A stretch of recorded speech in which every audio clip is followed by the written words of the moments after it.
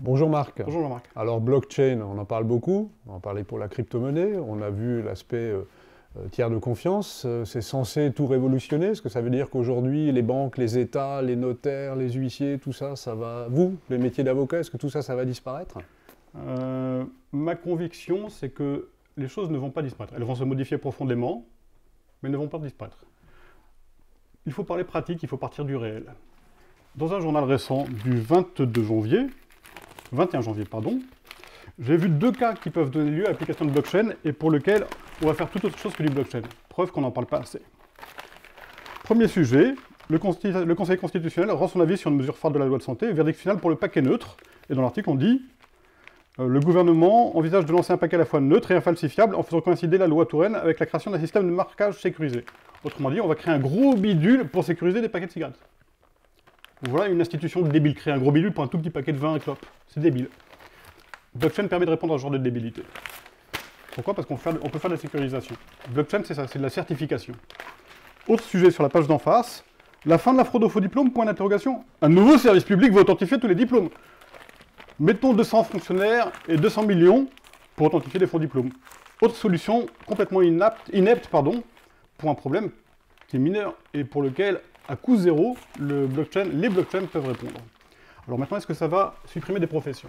Il y a des professions qui vont être largement impactées. Toutes les professions qui reposent sur des intermédiations qui sont inutiles. Je vous lirai un petit scoop. Mon métier, c'est essentiellement d'aider des gens à créer leur entreprise, en tant qu'avocat. Je suis en train de faire pivoter mon cabinet pour que ce soit le premier cabinet blockchain au monde. À savoir que tout le processus de création d'entreprise, qui va du désir de créer une entreprise à la rédaction des statuts, l'immobilisation des fonds, le certificat de dépôt des fonds, les formalités, l'émission du cabis, tout ça soit blockchainé pour que ça arrive automatiquement dans des délais très courts sur le PC ou l'ordinateur ou la tablette de celui qui crée son entreprise. Aujourd'hui, le temps qu'on mette à avoir un cabis, c'est 15 jours, 3 semaines selon les greffes. Je pense qu'on peut arriver à moins de 24 heures. Autre domaine dans lequel on va intervenir, autre scoop, j'ai l'ambition démesurée sans doute de supprimer une partie de l'activité de l'INPI, l'Institut national de la propriété intellectuelle. Pourquoi? Parce qu'une bonne partie du champ de la propriété intellectuelle, ça consiste à mettre des dates, à dire on certifie que vous êtes l'auteur parce que ce jour-là, à telle heure, vous êtes le premier à vous être présenté pour dire j'ai créé cette chose-là. Mais ça, c'est typiquement la chose que fait blockchain. Blockchain, c'est je mets des dates, tel jour à telle heure, je certifie qu'il y a eu telle transaction qui a été enregistrée. Blockchain, c'est un système d'enregistrement de transactions et de sécurisation de transactions. Toutes les transactions sont enregistrables et sécurisables. Et le monde est plein de transactions. Des transactions qui sont publiques, émettre un passeport, certifier une identité. Des transactions qui sont mi-publiques, mi-privées, prélever l'impôt. Des transactions qui sont entièrement privées, émettre des diplômes.